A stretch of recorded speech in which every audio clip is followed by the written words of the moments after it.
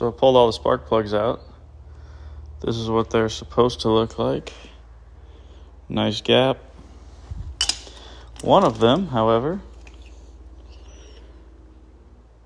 it's touching the electrode, and the bottom of the electrode is broken clear off. Okay, so cylinder 2 here is where that spark plug came out of. I have the camera on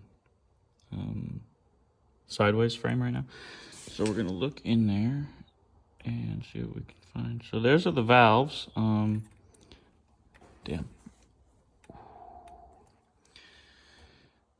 There's the valves right there. And from where I'm looking at right now, I don't see any, pieces missing or anything like that. All right, we've got the compression tester hooked up to the cylinder that had that funny looking spark plug. Let's go ahead and crank her over.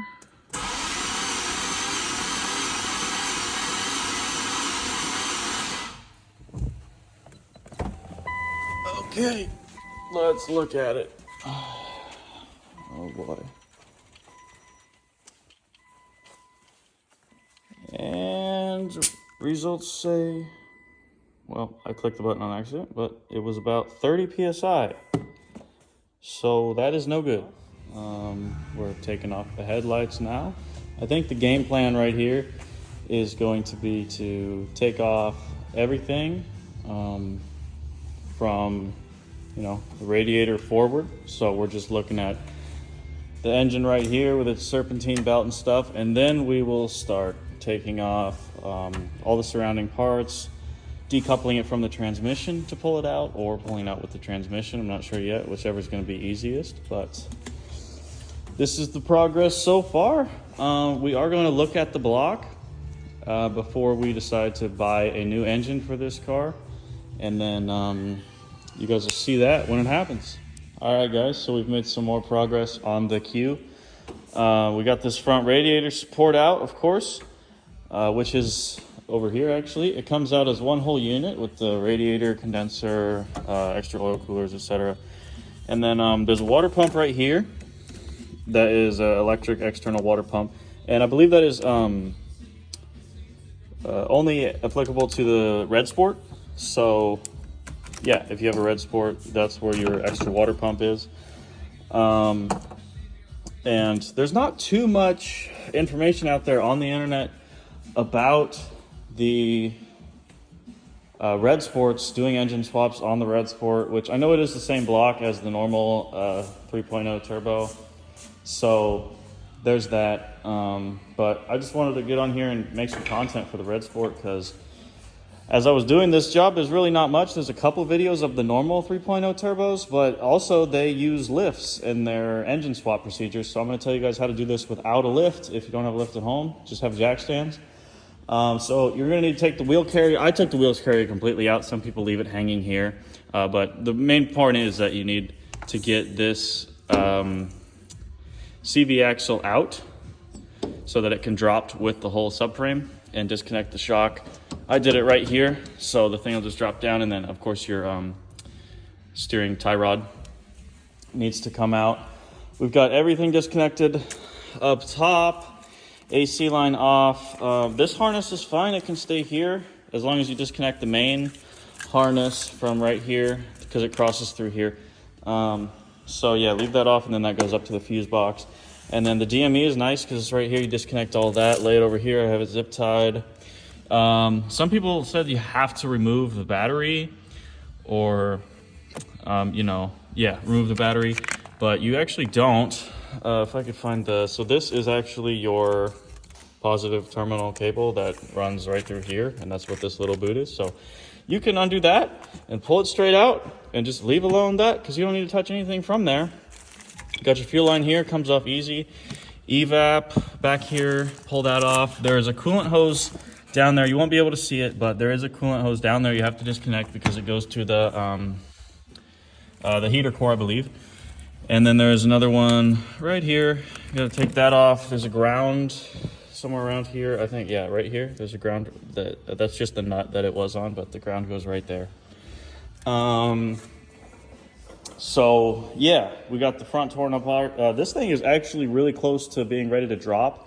I'm sorry I didn't film the whole thing. You know, it's a lot of work to catch that much content, especially when you're working by yourself. But also you gotta take the caliper off. Some people say you gotta take them off. You don't have to take them off. Just hang them from this upper suspension arm. You can leave the shock in. Same deal on this side.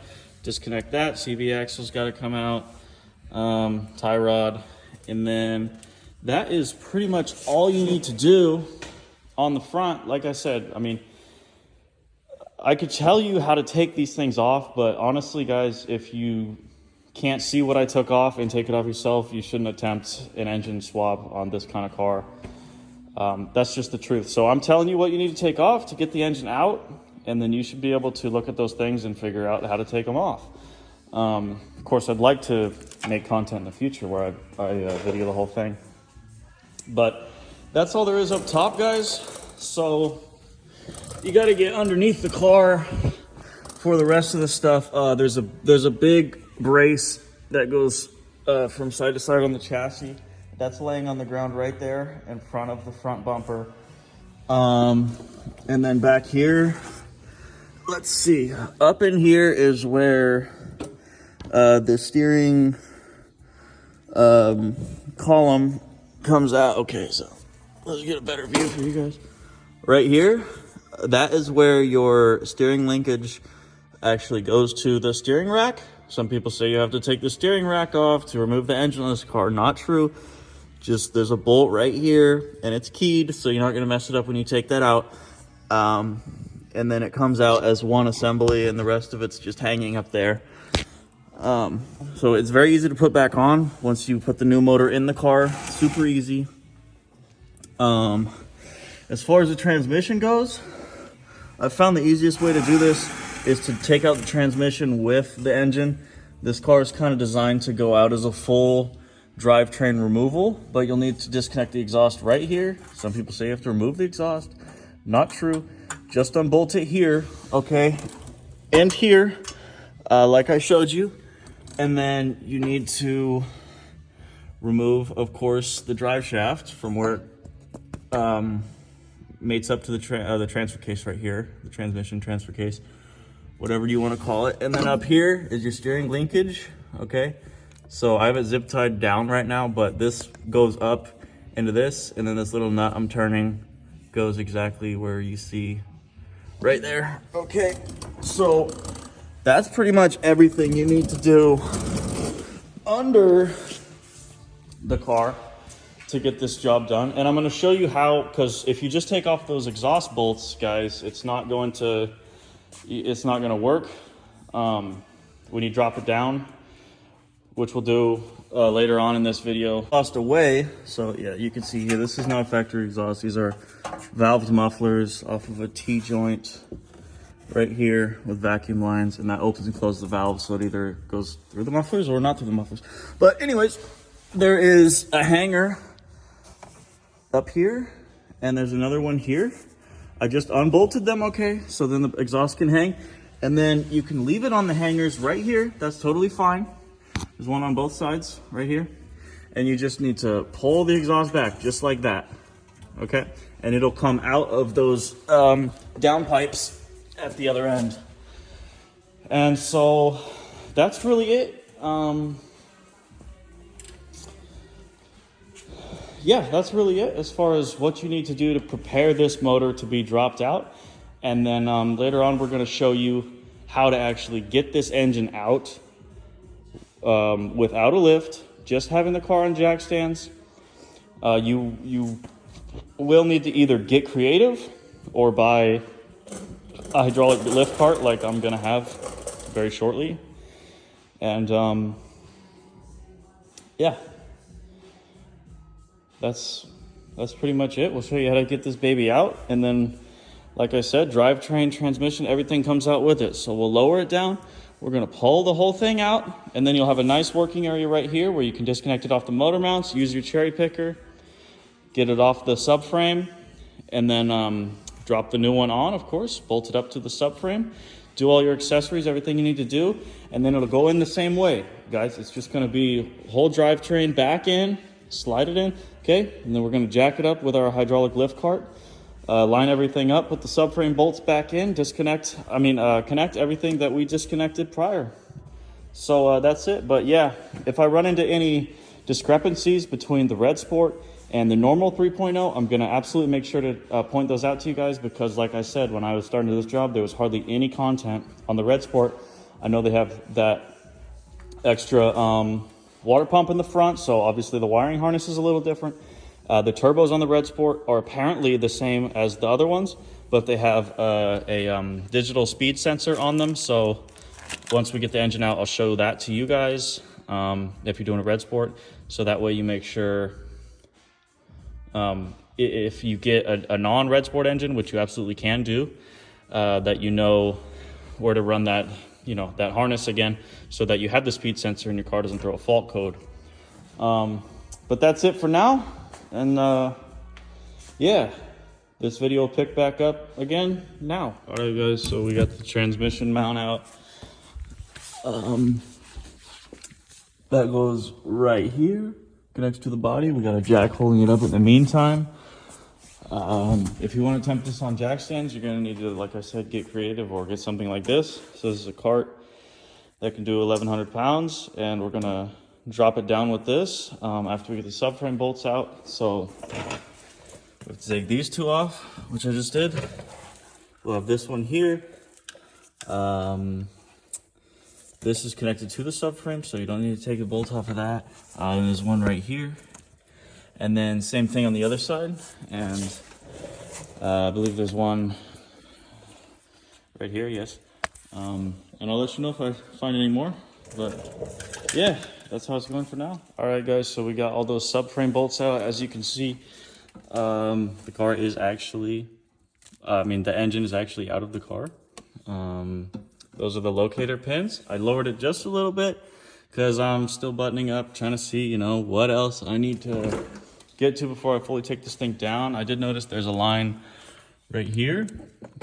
This hose right here goes through this hole here. It goes to the brake booster. And then over here, I did have to take off this cowl back here, guys. The battery didn't have to come out though, like I said.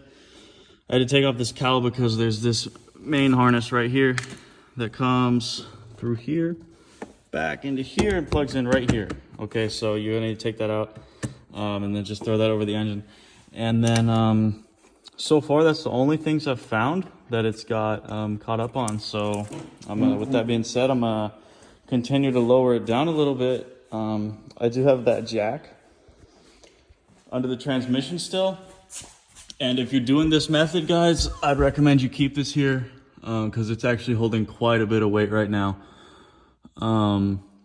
So yeah, keep that there. I'm actually gonna have to put a jack stand to support the transmission and then move the jack under the car this way so that the jack can roll out with this once I lower the car all the way down. And I'm gonna have to kind of lower this and lower that and lower that and this until it's low enough to actually slide the whole thing out.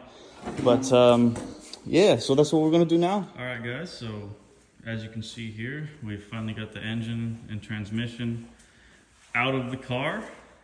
So with that being said, next step is probably gonna be to disconnect this torque converter, pull off this wiring harness. I'm gonna label everything as far as connection points go, because yeah, I don't wanna be like taking a long time putting it back together. So it's just easier if it's labeled and I know exactly where it goes on the new engine. So we're waiting on the new engine right now, but I can start small disassembly stuff. Taking that torque converter off. I just got the subframe on jack stands right here.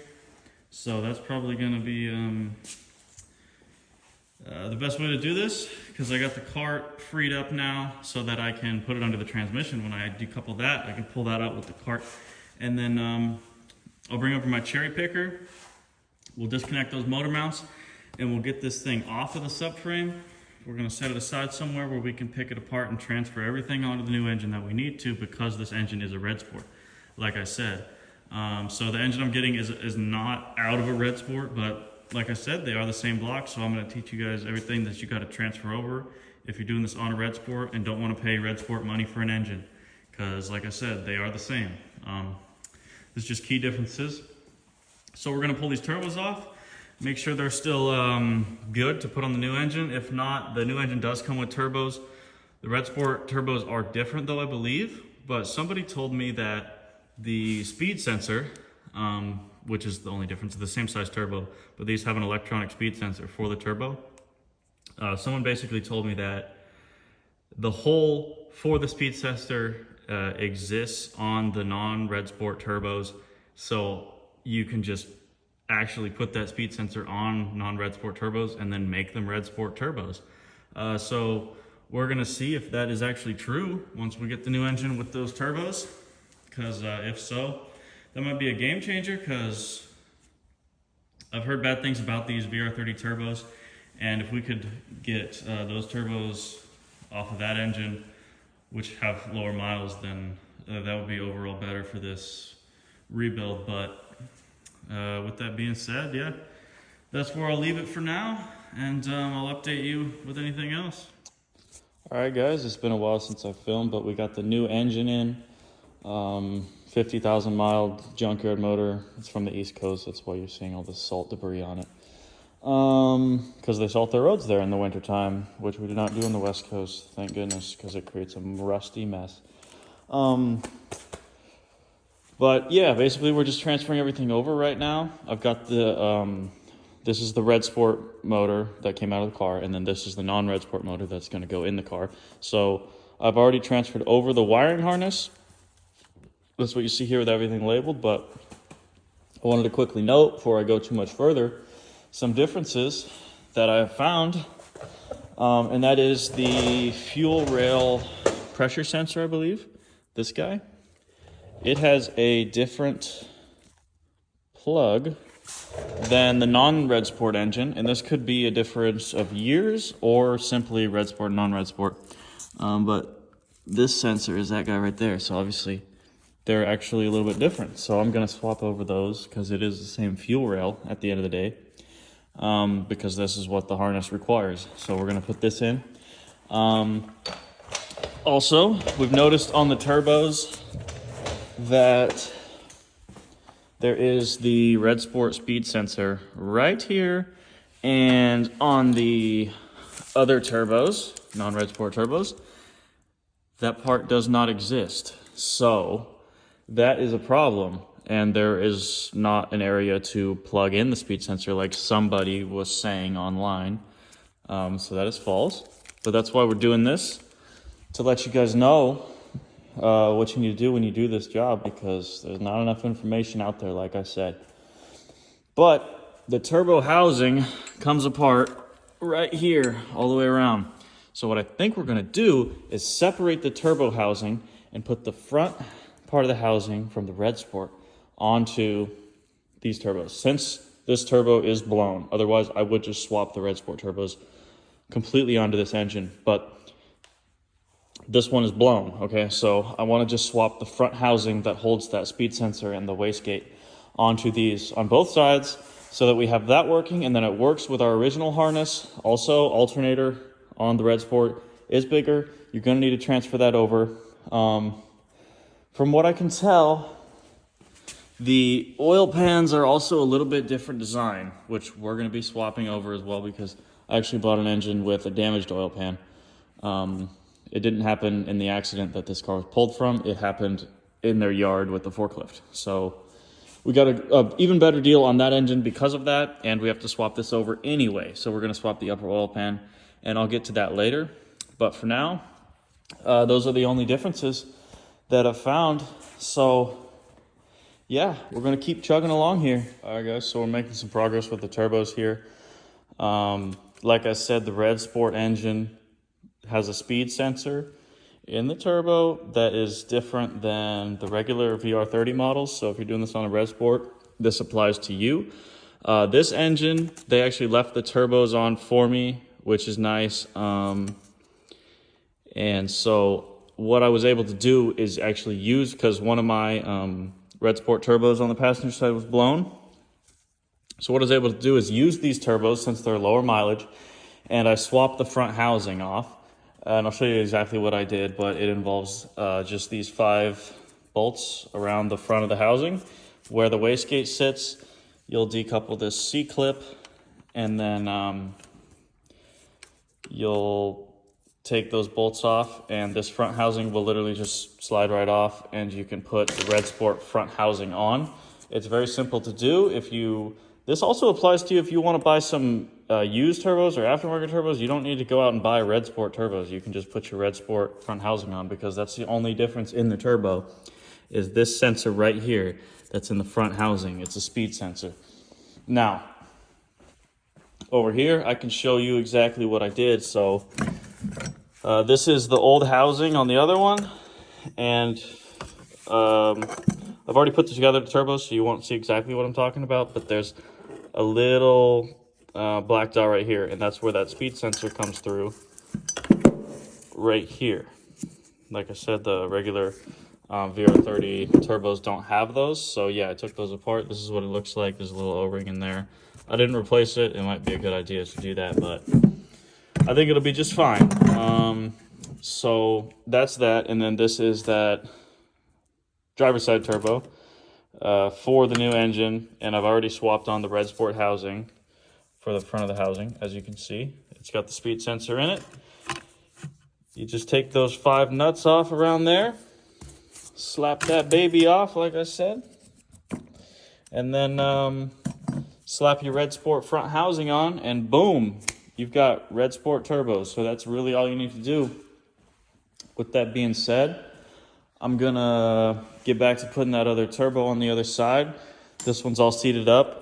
If you're curious about these nuts, you're supposed to replace them, I guess, but I mean, I think manufacturers do that for a plethora of reasons, but I see no issue with reusing these. They're just nuts and bolts.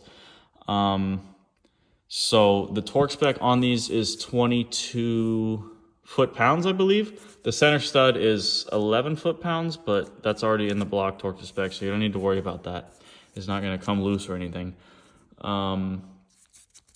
So yeah, the nut to 22 foot-pounds. I actually did a little more than that. 22 foot-pounds seems a little weak, if I'm being honest. I did more in the 30 foot-pound range, because these things were tight when I took them off. I know that's due to heat cycles, expanding, contracting, all that stuff. But like I said, I mean, they were real tight when they came off. And I know nobody's been in here on this engine messing with the turbos with how low mileage this engine is. So yeah, with that being said, you got your coolant feed line right here. Up here you got a oil feed line, and then on the back side down there's an oil return line. And you'll have to take those off when you pull this turbocharger, otherwise it's just these. You'll need to disconnect this hose right here. You'll need to disconnect this guy right here. And it is really pretty simple, especially if you have the engine out of the car like this on a stand. It's pretty simple, but right now, that's all I got for y'all as far as this rebuild goes. So when I see something else, I'll pick back up.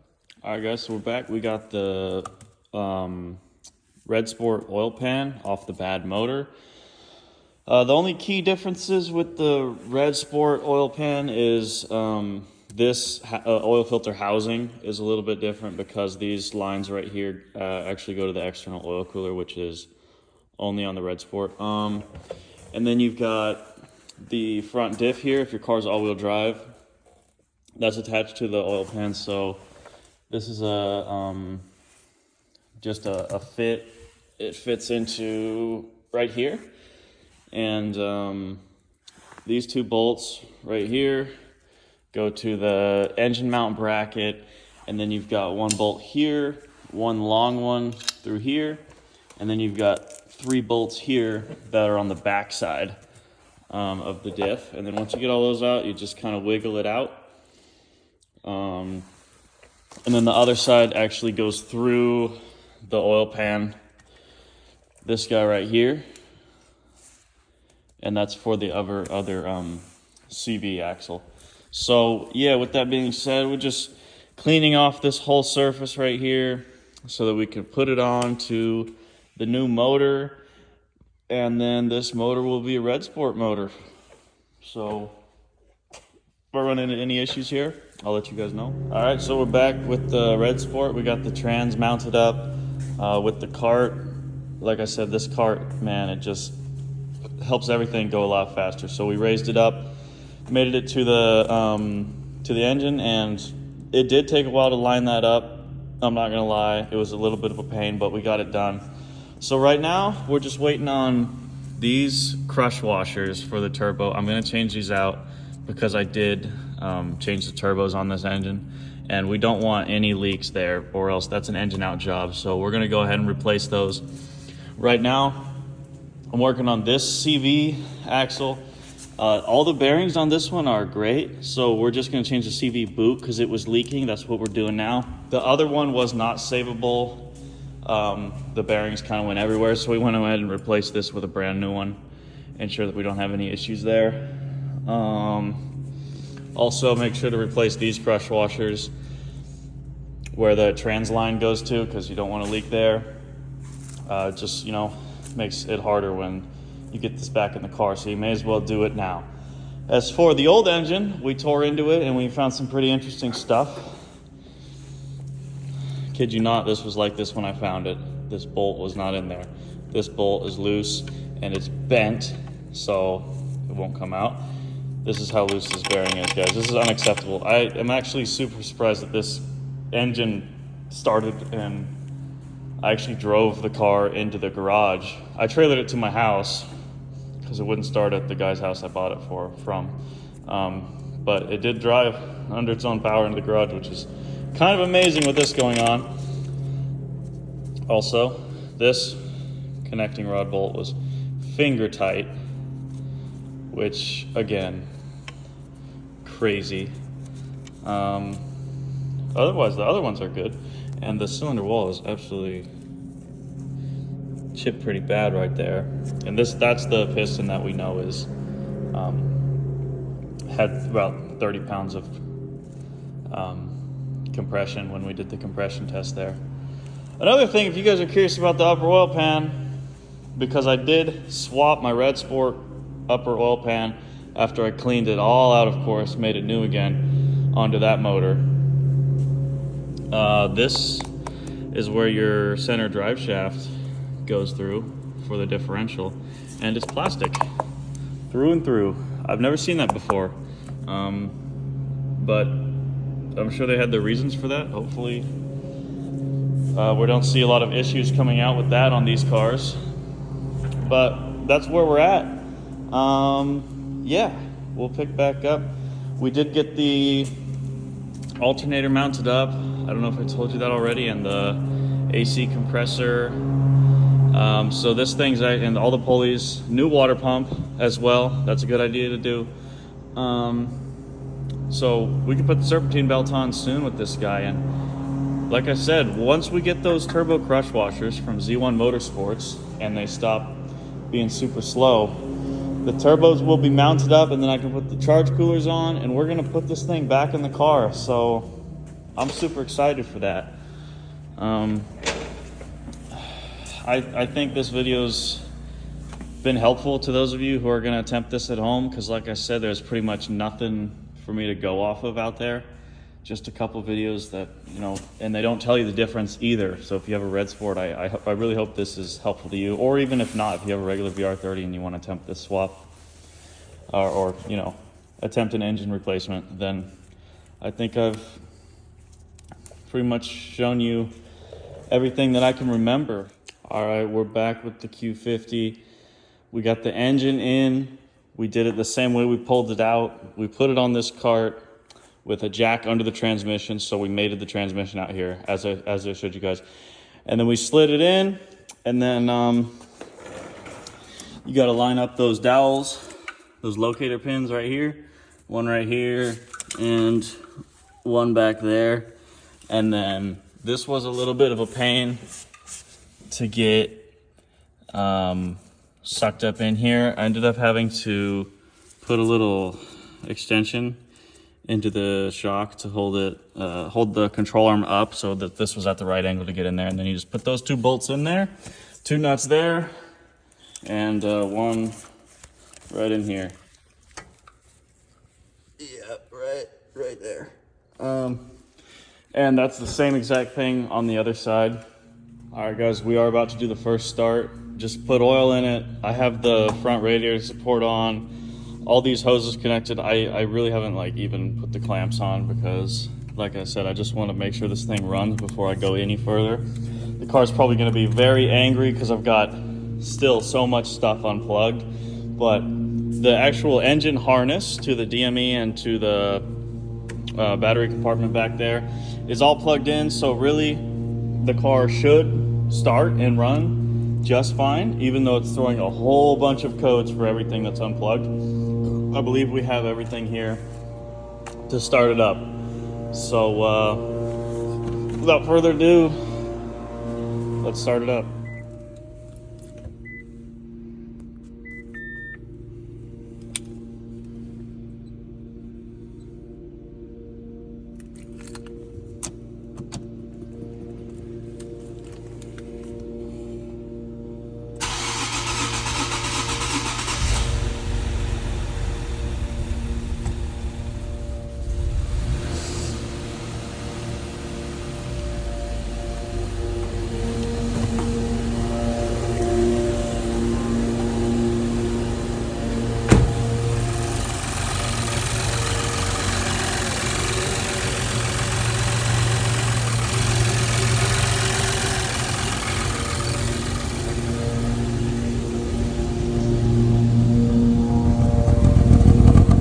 Got this thing to drive. It doesn't drive the greatest, but it's just gonna be a lot of fixing small little issues that had nothing to do with the engine, to be honest. But when I had this motor in and then I started it up, it would idle fine, but it was in some weird kind of limp mode where it would only rev to like 3,000 RPM, and it would do so very slowly. Like you floor it and it would just kind of... So, yeah, but it was very strange. What our problem ended up being is these two connectors are right next to each other, and they are pinned the same. So, we actually had this connector plugged into our boost pressure sensor, and then this O2 sensor was plugged into what's plugged into the boost pressure sensor now. So the car was basically not getting the right signals whatsoever for what it was looking for on the boost side, and it just completely shut us off, put us in limp mode. But I found this forum from somebody who apparently had this same issue on an engine replacement, a couple people actually, and they saved the day because I just swapped those, and now the engine runs great. It seems to be making full boost. It was pretty quick. So now it's just figuring out this DAS electric steering problem. I'm having an issue with that where my steering wheel feels loose. So yeah, it's got a notch of just absolute play, and I think that is because the DAS system, which is Infinity's like steer-by-wire electric steering rack, is actually in it's in its manual mode because I have fault codes for the DAS system. So what I'm going to do is do a recalibration, basically what they do at the dealer, and it's this. I'll use this scan tool, and we'll jack up the front, and we'll do the recalibration, and it's going to turn it all the way to each way and learn its values, and then hopefully that'll fix our issue there, and the car will be much more pleasant to drive, because honestly, it drives like crap right now.